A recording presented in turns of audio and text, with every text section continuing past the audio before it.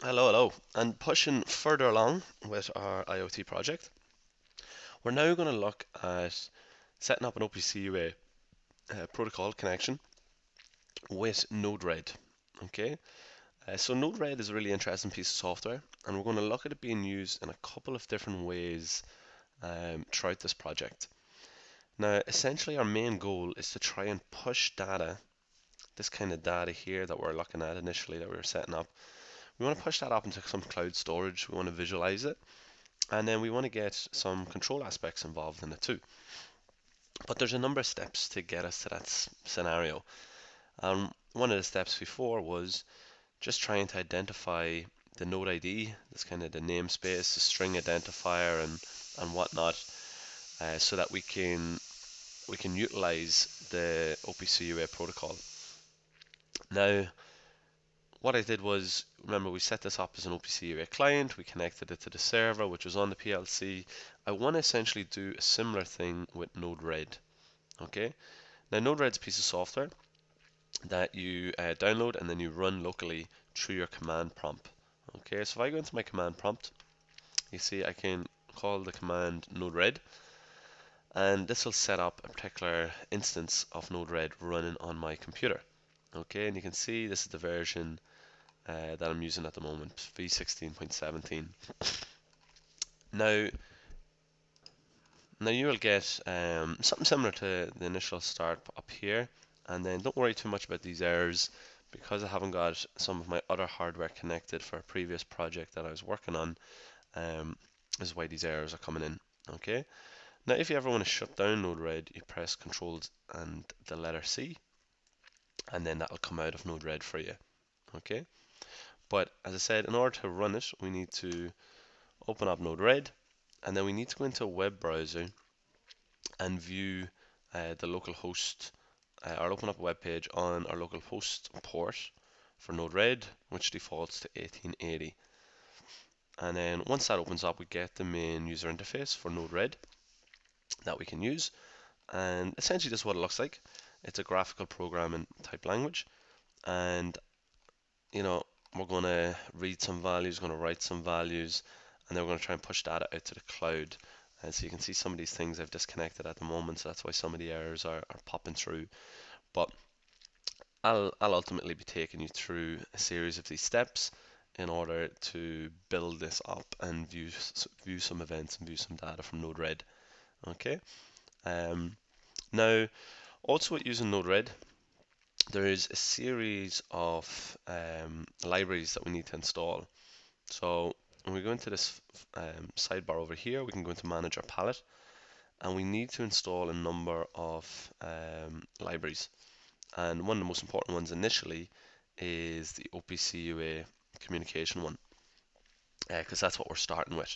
Okay, so you'll see these, and I recommend you install each one of those. So if you pause the video and you can check each one of those here, what they essentially do is they give you some additional buttons on this left hand side. So this will be used later when we do some cloud communication. Um, the dashboard is really interesting for when we want to view some of the data, and then there's that OPC UA connections for using the OPC UA protocol. The software is really good. You can use it for like Modbus, or you can even use Siemens have their own S7 protocol that you can use. But we're just going to go with OPC UA, which is also supported by Siemens. As I said, you could do Modbus. There's stuff for Arduino in here, depending on what sort of plugin or what software you want to communicate to. You may need a different library. So really, really useful, really powerful piece of software. So we're going to essentially create a new flow. Okay, so I can actually get a new flow in here. And this gives me a new blank space, right? Now there's really two things I want to do. I essentially want to um, read data from PLC hardware. Okay, so all I'm just doing is bringing in a comment here that I can pull across. So I want to read data from PLC hardware, and I'm also going to want to write data to it. And what that initially is going to do for me is check that my OPC UA communication line is working correctly. So remember, When we use the UA expert, we were checking could we read and write along some of these things to see that it was working correctly for us. We're really going to be doing the same thing here in Node-RED. We're going to set up Node-RED as an OPC UA client, connect it to the server, which is the PLC, and then try and read and write some data between that. Now, when you're doing this, mostly what you'll usually start with an inject node. It's one of these comments over here, and that will either kind of inject some data or inject a command that needs to happen. Okay, that's usually your starting point. The other thing you want to do is you want to connect to the server. Okay, um, so we'll be setting up as a client initially, and we'll be putting in the server address. Okay, so you see when I go into this, you can add your new endpoint, and your endpoint is going to be the server address. So we know we got that in here in our PLC. So we can start to look for that server address again. We can copy and paste that in. Paste that in here. We don't need any security. We can add that in, and we're reading values from it, and that's okay. So that's a lovely little starting point. Now, when we're using this, usually we want to end with some sort of kind of debug message.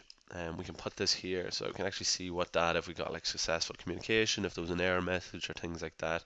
The debug will help us. So initially that's what we want to kind of start with, some structure. I'm going to push something in, push a command in, connect to the server, get some messages out. Okay. Now remember we said some of these namespaces, and we're just going to start with this variable one. Okay. So remember we said we needed some of this data. Okay. Well, what I want to do is I want to connect to a OPC UA client, or sorry, item.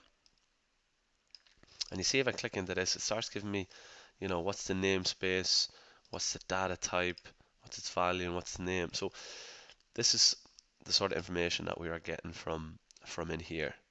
Okay. So if we look at the command that we're looking for, it's namespace index 3, it's a string, and it's a opc.var2. That's what we want to put in. So what you go into here is, well, you actually type in ns equals 3, semicolon. It's a string identifier, so it's s equals, and then we got to put in exactly as it was opc dot var2 was like that, and it's data type. Again, we can get the data type from in here. So OPC var2, its data type was int16. And we can connect that together. So we want to inject this command into the client that's connected to the server. We want to try and read what value comes out. Now the value should come out in what's called a message.payload, which we should be able to see by the debug information. Okay, so if we hit deploy, this will deploy the session for us, and you can see we've actually got an active communication there with our OPC server. And remember, I'm connected to the hardware here with the PLC, and the Ethernet port is connected. Now if we try and go ahead and inject that, okay, we're getting a small error. Now I have other errors running from this, so let me just tidy this up a little bit. Okay, so I've just tidied this up a wee bit. I've just disabled my previous flow, and I'm going ahead and try and just activate this one. Now I'm getting a small error here, and that's actually just due, I have a capital S in here, should be a small s, and I actually need to take that space away. So when I deploy this now, and I run it, I should see my value. It should be 102, which if we look into our OPC, we're at 103 now. Let's just double check we're updating. 104, let's go back. I must have just kept missing it. But yeah, so we're at the right value now for what we're reading in. So we could do a number of those items to read in this information. And what we're doing is we're debugging the payload, which is just a number that's coming in on what's called this particular topic in this namespace. So, as I said, if you're reading multiple sensors or data items, whatever it is, you can do multiple connections. One thing we just have to be careful about if you're doing every time you put this in, this is connecting as a client. So if you drag in another instance of a client, then that's another client connected to your server. And remember, with hardware, there's only a certain amount of number of clients that can be connected. So we just got to be careful with that. But you can do these things where you can join them into functions and bring them in to the one client so you're not constantly reusing it. But that's how we can read some data. And as I said, all we're doing is something similar to what we were doing in here, except we're going to be able to use Node-RED to do something a bit more advanced. So that's just reading in this value. You can actually set your timestamp to repeat, and you could read that at an interval of every 1 second or every 10 seconds, which is what it's doing at the moment. But at the moment, I'm just going to inject it when I see fit. Okay, now the next thing I want to do is I want to actually write data to the OPC UA client. Okay, so I'm going to do something similar. I still need a client to bring in. Remember, there's going to be another connection on my client, but I'm going to write this time. Okay, we're going to write data to it. We're going to need another debug node just to see if we get some successful communication. And then we're going to look at how we can write some values into this. So when we're writing data, I actually find it easier just to go direct with the inject node. And you can specify this inject node to write in what you want it to write. So you see on the payload, instead of just injecting a timestamp, well, let's go ahead and inject a number. Let's say the number 22. Okay, and I can just call this, I can rename this tag to 22 so I can see this is the value that I'm going to inject in. Now, the message.topic is actually what we've seen earlier from up here. Remember, this is our topic, and this is what we're pushing into it. So we can actually take this and we can write it in another way. We can go directly through here. We also need to specify the data type, and we know it's going to be an int 16. Okay, remember we're getting all this information from what is here. Okay. So I can go ahead and I can inject that node in. Let's deploy these changes. So you got another connection now to OPC UA client, and I can push that value in. I get a code saying that it was good. So now if I go into my TIA portal, let me just see, push that value in. Well, actually, it's going to keep getting overwritten by the new one. So maybe that wasn't a great example to show. Um, let's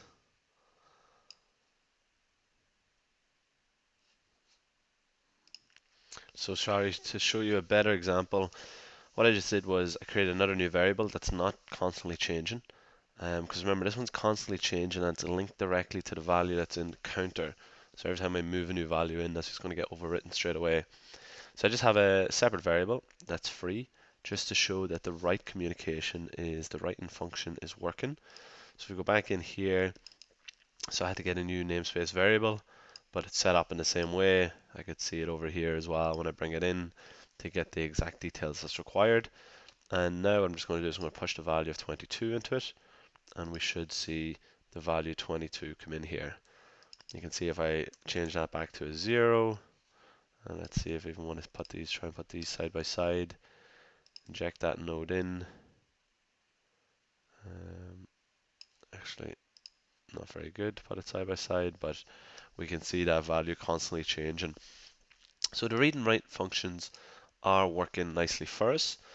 And what I can actually do is I can set up a dashboard to view this information, and also maybe to make it a little bit easier for a bit more user interaction for like creating buttons and things like that, so that we can eventually trigger this piece of code here from like a button being pressed on a web page.